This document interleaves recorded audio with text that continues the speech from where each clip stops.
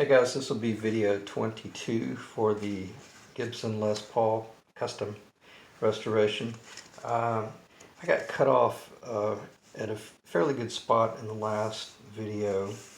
Was discussing the hardware finish and all that jazz, and was kind of rushing through it. Really, that was pretty ineffective, that discussion. So what I'm going to do, I'm going to stick to my list here and cover primarily the neck joinery to the body.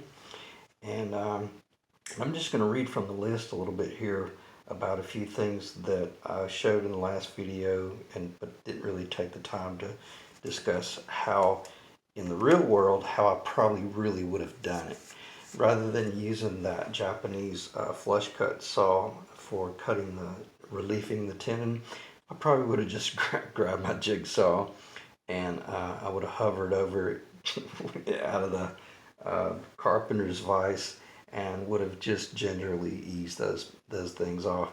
But I say that to say this: anytime you pull the trigger on a power tool, you start having to multitask, and you run the risk of the blade, like cutting up into the heel and stuff like that. Or because this is on a pitch, like if you were cutting from this side, the blade is going straight down, and then when you flip it over, you'll realize that, oh man, the blade ran up into the neck. So that's kind of why I did that, so that you would, it's just hard to remember all those things, and that's why I did it by hand. So, but me, I probably would have hit that with a jigsaw and knocked it out within just a matter of seconds. I went ahead and sanded the nitro a little bit. I actually sanded for like 30-45 minutes, and I'll just hold it up. It turned out really, really nice. I mean, it's just beautiful how well it's blended in the camera. Yeah, it should be okay. I'll hold it down a little bit here, but got a little divot right there, which is original, and have to make a decision about whether or not I'm going to buff out these old lines that are revealing that it was a three-piece maple.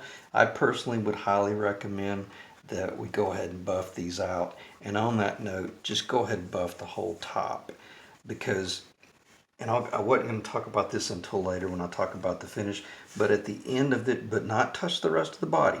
I don't want to start buffing the whole thing, but just for consistency, to get rid of those lines. They show what those lines right there reveal is this is a top that was failing or suffered from severe expansion and contraction. And basically, if you were ever to try to sell this guitar, someone would look at that and go, ooh, gosh, what happened? So on that note, my professional opinion, those need to be buffed out. And even if I had to shoot another little bit of black up there to blend it in, and we'll cross that bridge. And Rick, that's for you primarily, but I know you've mentioned a lot of times about, yeah, I trust your opinion, but I just like you to know what I'm considering. I'm not going to go up there and do that until we possibly talk within the next week or so about that, and we'll go from there. All right, I almost digress, so let me stop talking about that. But the finish is really come along as far as blending in well. That's just camera. I moved the camera up. I probably may have the camera a little bit too close, but it's still going to get a little bit more touch up. But that's not what this video is primarily about. This video is primarily about, let me just make sure that I didn't miss anything. I will say, before I forget, the time that it took me to fit this and just get this initial fitment was about 2 hours. So just kind of keep that in the back of your mind. Don't think this is going to be a 30-minute process by which you're sanding and fitting and hit it with a jigsaw and then voila, it goes in place. I've restored a lot of guitars, and I know for a fact I have never fit one that fit perfect the first time. I've typically spent between 3 to 6 hours fitting a neck into an old body. So that's pretty rare that I was able to hit it in under 2 hours. So just kind of keep that in the back of your mind when you're considering doing something like this. So after that, you would let's see. You must determine how best to correctly align the neck center line to the center of the bridge. The cutaway area, behind the camera. Yeah, the cutaway area right here, this point, the cutaway to the heel corner should be the point from which all fitment from here on out in engineering takes place. So that's what I briefly mentioned earlier about this whole, especially this being a restoration. We're not changing this. And I'm not about to come in here and start sanding away on the cutaway, even if I found some sort of horrific alignment issue from the factory, which I didn't. It's absolutely flawless. If there was anything done with a CNC, that was. We're talking pickup cavities. This mortise right here it's beautiful. But what I'm saying, this point right here, is that in the camera? Yeah, that point right there should be your, let me just do this for explanation purposes. That'll kind of be like your pivot point. Either you're going to move the neck, and I'm going to move this over to straighten this neck. Either, let me see if that's, yeah, that looks okay. Either you're going to move, you got lucky, and you put this in, and you shot a line down the center of the neck, and you realize, oh man, it's exactly 1/16 of an inch too low right here, and it's exactly 1/16 of an inch too low in the center. And then guess what? It's overhanging exactly 1/16 of an inch. What does that tell you? That tells you to do one of two things. Either come in here and take a 1/16 of an inch off right here, or take a 1/16 of an inch off on that side, because what we're going to do, we're just moving, we're just going to move the neck over, because we're perfectly we're perfectly parallel to our center line. We're just not on center. So we're going to be moving it to the right. Why? Because we got a 1/16 inch overhang. This is all hypothetical. That's not the scenario with this guitar. So that would be an awesome situation. Or you take off a 32nd of an inch here and a 32nd of an inch there. Or you make the judgment call as to where you want to relieve the material.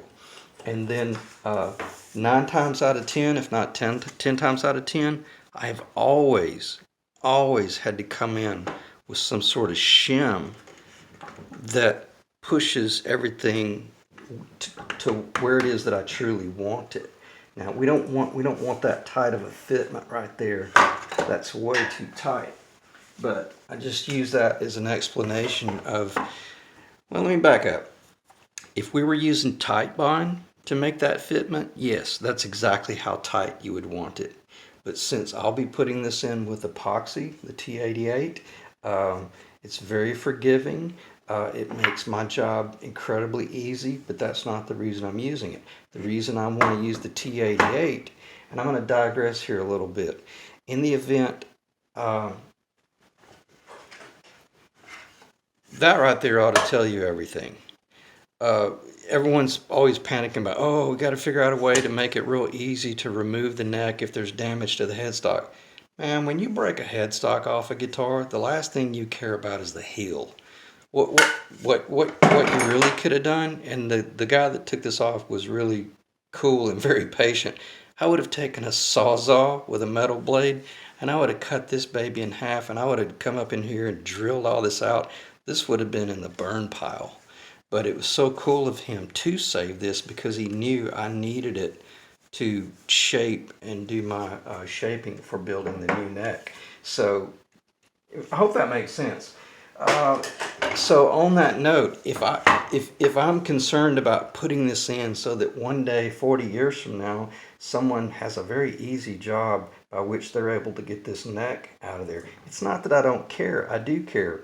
But at that point in time, if this neck gets broken again, they're going to come in here, they're going to saw this neck off, possibly salvage the fretboard, but then they're going to take a router and they're going to come up in here and they're just going to route all this work out, and voila, their job is done. So that's not any reason to make a decision whether you should use the tight bind or the epoxy. The reason I want to use the epoxy, because I know that it's going to improve the tonal transfer from this neck to this body 100%. I mean, it's going to be so much more effective. You saw what we had. It was just loaded full of glue. Why? Because it's a production company. Man, they're changing history with this guitar. They don't have time to sit there with a chisel and whittle this stuff out to sheer NASA perfection. So on that note, before I digress, I just think it's very important that this work here is designed such to maximize, to get the absolute optimum performance out of this 42-year-old mahogany. Because if I was to glue that old neck on there, just scarf joint repaired, what a sad, sad shame, because no one would ever know the ability of this body. With this neck, with my joinery and the precision and the epoxy, man, I'd be willing to put serious money. We could take this baby to Gruen or Carter, put it up against a 59, a true 59, and I bet you we could eat it alive from a standpoint of tone. And if anybody out there has a 59, I'll be happy to meet you in Nashville, and we'll put money on the table, man. So anyway, and I'm not saying that to be cocky or anything. I really mean it. The tonal aspects of this guitar are going to be professional jazz guitarist, studio session musician level. This is going to be an outstanding sounding guitar. So anyway, all right. So I got all emotional there, but that bet stands. If anybody out there has a 59, plus I'd love to play it. All right. So I sanded this thing with a 400 grit sandpaper, wet sanded it with a little bit of Dawn dishwashing detergent and water. And then I digressed a little bit back to the finish, but I just want to make sure I wasn't missing anything. I hope that makes sense. That's a very critical point. Are we in the camera there? That's a very critical point. And you're either working from that parallel point, and I didn't go on to mention the next thing that would happen is you would either start pitching one way or the other in order for the center line of this, from this nut all the way down the neck, to meet perfectly. When I say perfect, I mean perfectly. And those are two lines right there. That's a very safe. You see these two little marks right there, and then there's two little marks right there. What that is, my caliper's probably on another table, but what that is I calipered over from one side and found that point, and then from this point over to that point to verify that's true authentic center.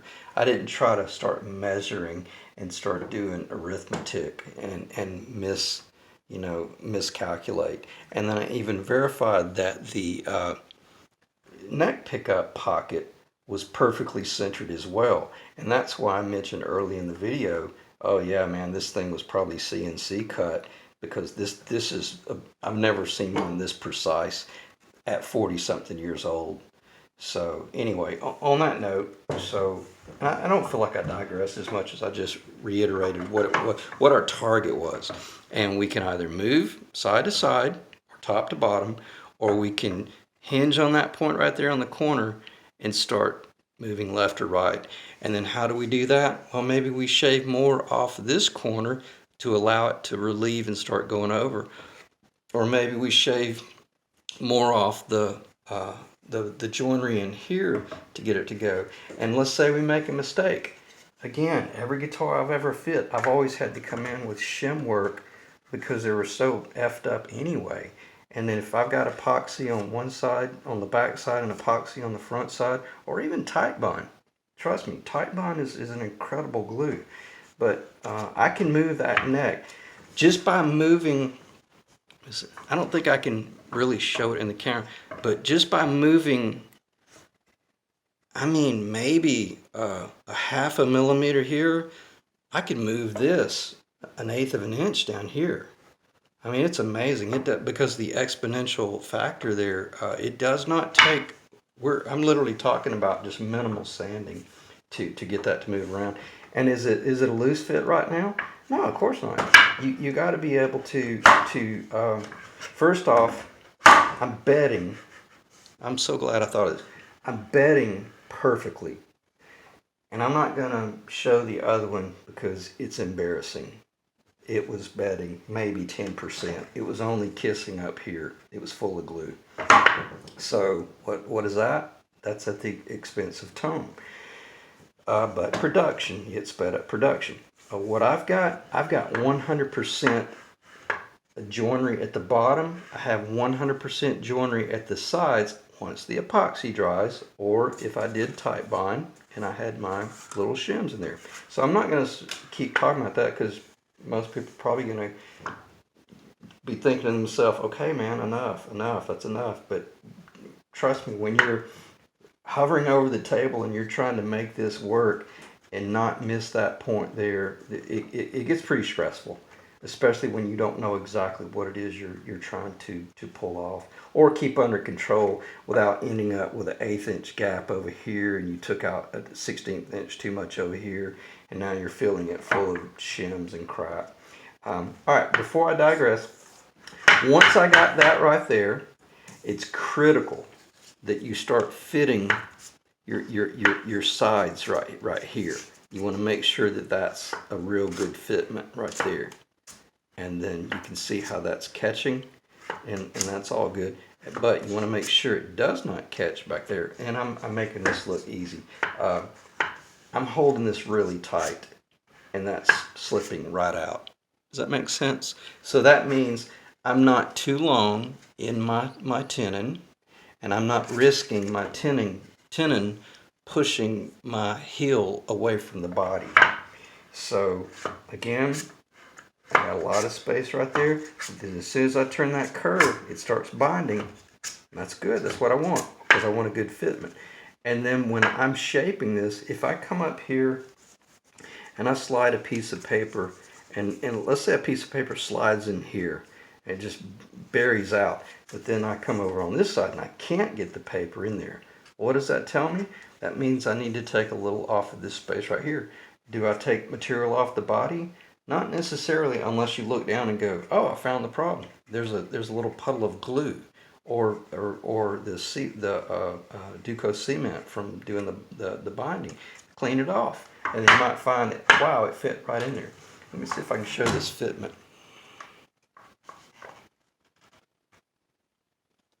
I'm sorry, is that in the camera? I'm afraid I don't want to drop the body. Let me just get the fitment. That's master level, and I'm not being arrogant, but that's just incredible. And I haven't even done this yet. This is the first time I've done this. You see that? Perfect on both sides. And I'm going to be taking off a little bit. I don't want to drop this body, but and I'll show it from the back. This is hard to do. But see, that's going to get shaved off right there, so we'll get our D back a little bit right there. Right now it looks really rough. It's got a lot of material that needs to come off. And I hope the camera keeps going. We're at 18 minutes, which is fine, because I really wanted to spend a lot of time, even if it was redundant, some of the stuff I just said. And I apologize if it was. It's just that I want to make sure that I don't make this look easy. This is not easy. This is extremely stressful and very difficult if you don't know what you're doing or you're trying to figure it out. And to get that fitment, I'll shoot straight with you. I rarely have ever been able to get that good of a fitment the first shot. And I did have to do a little bit of sanding and shaping. Let's see. Yeah, I took more off this side right here because it needed to move over to the left a little bit. And you can see, let's see if I can hold it up again. I don't have a pencil mark there. Oh, I'm sorry. I should have drawn a pencil mark, but the 3/8 inch center piece is literally just spot on. And I'll turn it. Hopefully the light will catch it, but and I should have made a pencil mark there. I apologize about that, but it's perfect. All right. Let's see if I missed anything. The cutaway to the heel corner, we talked about that. I think that makes sense. Hardware finish. I said earlier that the hardware finish for this guitar is going to be nickel. That's incorrect. The hardware finish for this guitar is chrome. So, Rick, if you're biting your nails, I know it's chrome. And this tailpiece that I bought is chrome. Uh, Advanced Plating Incorporated. It's true Gibson stuff. And apparently, I don't really know the history about Advanced Plating, but there seems to be a lot of hoorah about them. They were supposed to be an incredible company, I think Nashville-based company that did the nickel plating. So that'll be a pretty high quality tailpiece. And it's not as light as my aluminum, but it's not heavy at all. So, and I weighed this guitar the other day. I can't remember. I'm not going to guess at it, but she's a big girl. she's not light at all, but man, it feels really good. So anyway, all right. So the hardware is chrome, and speaking of that, one thing I did fail to mention, and I'm so sorry. I hope this fits in. All right, we got the whole plane thing. Oh man, I really dropped the ball on this one. And this, I'm just going to start talking off the top of my head. This little adjustment screw is bent. So this is how I would go about checking my bridge height and the plane. And just to make sure that we don't have to tip that down a little bit or raise it up and stuff like that. The short is, I'm not changing it a bit. It is positively perfect. The bed that I have there and the flush that I have there, once if I can show this. I mean, look at this, is just barely binding right there, but I can still see how tight that is. I'm actually going to shave a little bit more so it'll have room for the epoxy. But when I say epoxy, it's just going to be on the surface. There's barely going to be any epoxy in there at all. But so I don't digress. What I do, this really helps me, and I'll show the. Hopefully, I'll remember to show the neck pickup in a little while. But what I'm going to do, I'm just going to go straight to it. I put that drill bit on there. I tape it on the end. This is my actual fretboard. That's going to be the highest point, even though it's not radiused yet. I slide that up there, and then I look at my bridge and ask myself, okay, where is the bridge going to be down here? No, that's too low. Is the bridge going to be way up here? You know, if the bridge is way up here, that's goofy looking. I got to make sure there's no sort of issue there. I did not anticipate that being an issue because, hey, this is a Les Paul. You know, this is not a handmade guitar that somebody didn't know what they were doing. So it was real cool to put all that together and realize, man, it's perfect. It doesn't need anything. The only thing it needs is to make sure that I maintain a 1/4-inch fretboard, which that's a given, and that's done. The next thing I can do with this, with that little drill bit, I'm able to determine exactly where I'm leaning down now, and I'm looking across to the side, and I already know that the pickup is not going to come way up out of the surround. And this is a Gibson USA M69, I believe. Is that what they call them? Yeah, I never can remember. MR 490. Oh hell, I can't see it. I think it's M69. Yeah, M69. It says M69. All right, so that's a Gibson. And on that note, we're not trying to fit to an Epiphone, and realize that, oh crap, we fit it to the wrong thing. So this is Gibson USA. That's a Tone Pros bridge that fits over your studs. So anyway, I'll stop rambling on about that. And then the same thing back here. I'm able to, let me just do this so I don't start wasting time. And I apologize if this video is kind of crazy and haphazard. There's a lot of times when I'm doing the videos, I feel like, man, just, get it out. Say what you need to say. And then I'll go back and listen to the video, and I don't feel like I, made a fool of myself or anything, or said anything ignorant. But basically, that's a Seymour Duncan, and that's a Gibson M69 ring for the front.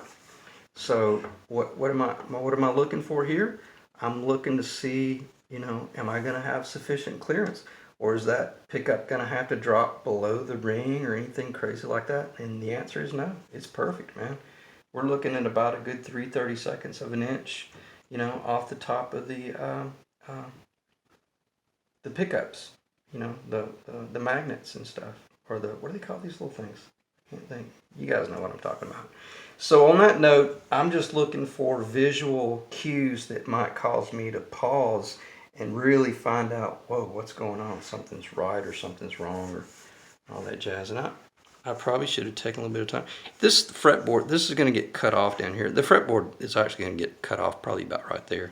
So the actual fretboard, you can see the joinery. It's really beautiful. I'm very happy with this. I'm very happy how it turned out. So, all right, we'll stop talking about that. No sense to talk about the fretboard. I mean the truss rod, but it's really beautiful. It's really cool how precise everything's turning out. So, nice work. All right, what else do I need to talk about? Cutaway to the hill, hardware finish is chrome. Now let me get back on the hardware a little bit, and I need to talk about that because I talked about the fitment. But what I will do is turn this around, and hopefully the camera will last for, we're at 26 minutes at a minimum. We should get at least about 2 or 3 more minutes. So I'm going to calm down, and we are chrome. I did verify that. All this bridge right here is nickel. So I just want to do this so that all of us out there can see, you know, what would the nickel look like against like a matte finish. And it is stunning. And that's one of the things I was going to say in the last video. If it was really my opinion and if anybody really cared about what I thought would look really cool, even with this guitar, I know we're going all chrome, but if you find yourself in a situation where you're determining, do I want to go with a covered pickup, and do I want to go with a chrome pickup, you know, a chrome cover, or a gold or a nickel or something like that, even if you did the chrome tailpiece and the chrome bridge, the antiqued or relic nickel cover is insanely beautiful on a black Les Paul with a black ring, not a cream. But there's something that's really sexy about the nickel, even against the chrome. You could even go gold if you wanted to, but you'd start getting a little bit weird in two-tone. We've already got the chrome tuners, so that's, I guess I'm saying this to you, Rick. If you're sitting there looking around at used pickups and covers and stuff like that, the nickel covers would look really, really classy, and they would look really, it'd be very much in fitting with like vintage Les Paul. Even if all your other hardware is chrome, that'd be a cool two-tone almost accent. Why am I saying this? I'm a little scared of having too much chrome. That's just me, and I'll stop talking because I don't want anybody to get offended, or especially if you just bought 2 pickups and they're all chrome. If that's the case, then it'll be great. It'll be fine. But there's nothing wrong. And what I was talking about earlier, we could start out chrome, but as soon as you get this thing and play it for a month or 2 and you realize, I'm going gold, all you got to do is just unscrew these, screw the gold studs in. You know this. Most all you guys know that. Screw the gold in. You know, look how easy this is to change out. Boom. Ready. Screw in the gold, drop the gold bridge on there, and we're a gold Les Paul. So anyway, I guess what I'm saying, at this point, the chrome will get us in the race, get us going, and then you can change all that stuff later on if you wanted to. All right, I talked enough about that. And please understand, the only reason I'm showing this is because this is general conversation, and I know a lot of you guys are probably going, if he shows that, you know what, Bigsby again, I'm gonna scream. But this is just for the guys that are truly considering doing like a Bigsby or something else, and what it might look like with you know, the Bigsby hardware. So let me turn that. This would need to be a B7 though. Is that in the camera? This would have to be a B7, and you couldn't go with a B3 because because this is where I was talking about. Oh, thank God, I've got the straight edge here. This bridge would have to literally be that high in order for that to keep from buzzing. The hold down bar on the B7 forces the strings to come down on about a 45-degree angle. If that's your desire, go for it. I don't recommend that because I don't think the tuning stability is going to be there. And I promise you I'm never going to show the Bigsby again. But for those of us out there that are considering the Bigsby, and again, imagine the nickel covered PAF in the black green with the nickel bridge and then the aluminum Bigsby. Very, very pretty. Very sexy. And I know I've at times joked about the whole Floyd Rose thing, but because I'm a designer, a builder, and all that jazz, I always like to see, you know, what would one look like. And I took the bottom off this. This is just a little cheap version, but it allows me to show and demonstrate roughly what the Floyd would look like. And I'm just going to use this bridge pickup, and hopefully that'll show if someone was wanting to do more of like a rock and roll shredder type. It's pretty sexy, man. All right, let me see if I can do this without dropping it, but still allowing you to see it. I mean, it's pretty badass. I like that. If you're doing, you know, like a, you know, true 80s rock and roll guitar. So anyway, again, I love the Floyd in its own place. It doesn't have to be used just for a Strat. They do look great on a Les Paul if it's done properly. So, and I'll show that one more time just so that if somebody's considering, oh, I'm sorry, man, I should have. I've got to figure out how to work this camera. I apologize for that, guys. Gives you an idea of what the Seymour Duncan would look like. Me personally, I think a covered pickup would look better in this guitar.